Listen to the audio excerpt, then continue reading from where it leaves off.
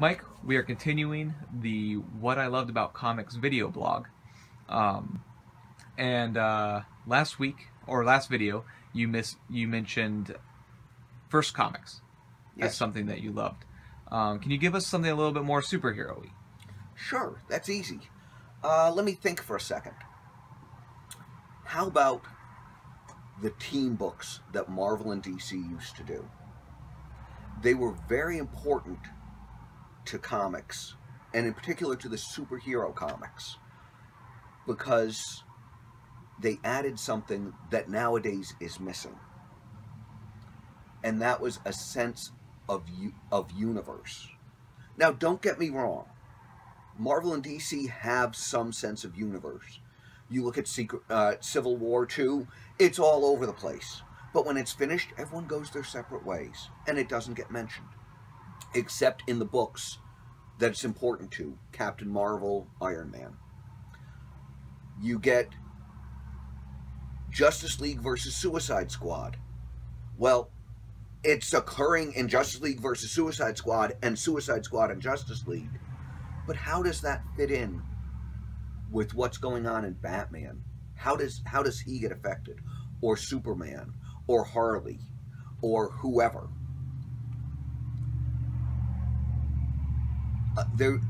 Nowadays, the comics are more event-driven. And everyone comes together for the event, and then the event's over and everyone goes their separate ways.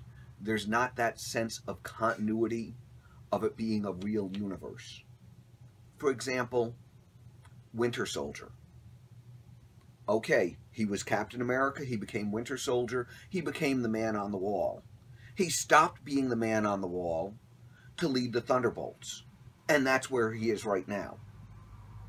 Unless you're reading Black Widow, where he's been following Black Widow around, and he has a message to her from Nick Fury. What? How do these relate? They don't. This is this story, this is this story. We're featuring similar characters, but we're in separate universes. Now, that's always been a problem in comics, because you're writing your story, I'm writing my story, this person's writing their story. So what pulled them together? That was the team books. Marvel had Marvel Team Up and Marvel 2-in-1. Team Up featured mainly Spider-Man teaming up with people, but occasionally in the early issues it was Human Torch.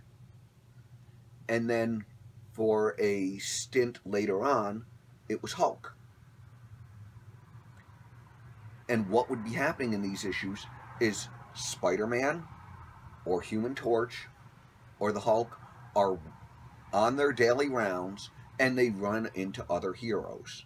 This would spotlight lesser-known characters that weren't strong enough to carry their own book and give them a chance to develop naturally without, we're having a focus, 4 issues on this person, then we're going to ignore them for 5 years. It was a day-in-the-life type thing. At the same time, they would occasionally do continued stories that would run through several issues to make a big spotlight on one thing or one event. Like, for instance, in Marvel Team Up, they did a time travel story where Spider-Man and Scarlet Witch went back to, of all places, Cotton Mather and the Salem witch trials. The person that loved her, the Vision, followed after, looking for her in the next issue, and so on and so forth, as they deal with various things, and Doctor Doom, because of the time travel, to try to get back home. But, you know, it doesn't quite work out right, and Spider-Man ends up in the future dealing with first Killraven and then Deathlock as he tries to get back to his modern area. But at the same time, you got to see development on the Vision, even though he doesn't have a solo series.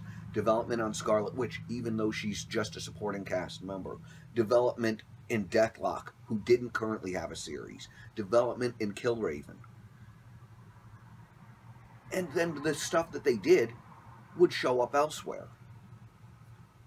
Likewise, Marvel 2-in-1, which always featured Ben Grimm, the Thing. But it wasn't a side story that didn't matter.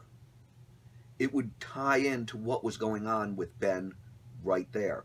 If the Fantastic Four was having problems, maybe that's why Ben's off someplace. When stuff was happening, it happened and was reflected every place in the universe. The famous poker nights that the Marvel heroes had started in Marvel 2-in-1, where the Thing and Nick Fury would get together with a rotating bunch of other people for a regular poker night. And it was a throwaway scene here and there, and then it would be mentioned in Avengers because Hercules was at the poker night. It would be mentioned the next time this person saw that person. So it brought the universe together. It was a glue that held it. At the same time, again, a lot of character and world building occurred. You had this long story about the saga of Project Pegasus. What's Project Pegasus? Oh, well, it was a science group that was coming together to find alternative forms of energy. And because there's superheroes in the Marvel Universe, they're looking for superheroes, supervillains, super technology, alien technology. And they'd work in that, oh, Quasar is the head of security. And they'd have Thing team up with Quasar and deal with something. And then, oh, well, the next issue might be Black Goliath, because what they were investigating was where the energy came from for the Pym particles. And so Black Goliath gets involved, and Quasar's still there as we get this long story.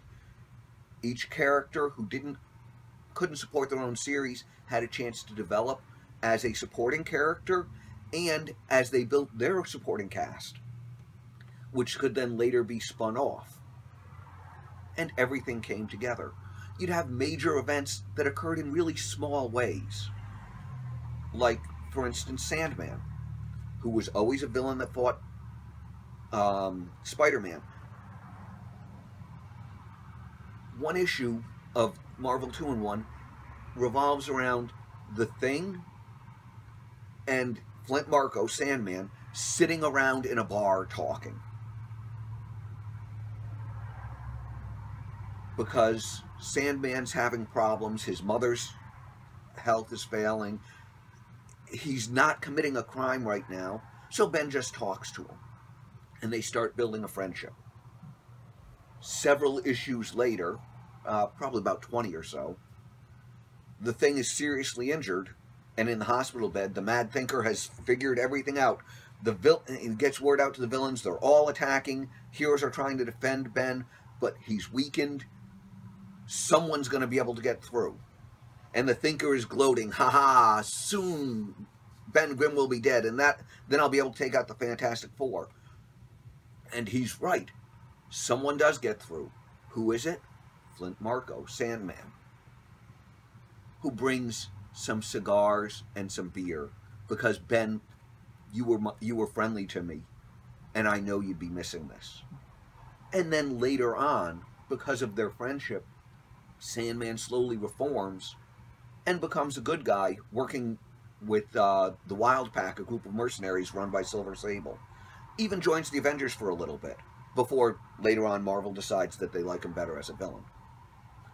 So you'd have cool things like that. In Marvel 2-in-1, what book is that? DC had their own versions too. First, Brave and Bold, featuring Batman and everybody. And then DC Comics presents Superman and whoever. Brave and Bold included things like the first Neil Adams Green Arrow, where he got the beard and the goatee and became a social justice warrior instead of a rich Batman clone. It had cool stories like Batman teaming up with the Demon, or Phantom Stranger, or Swamp Thing. It had funny stories.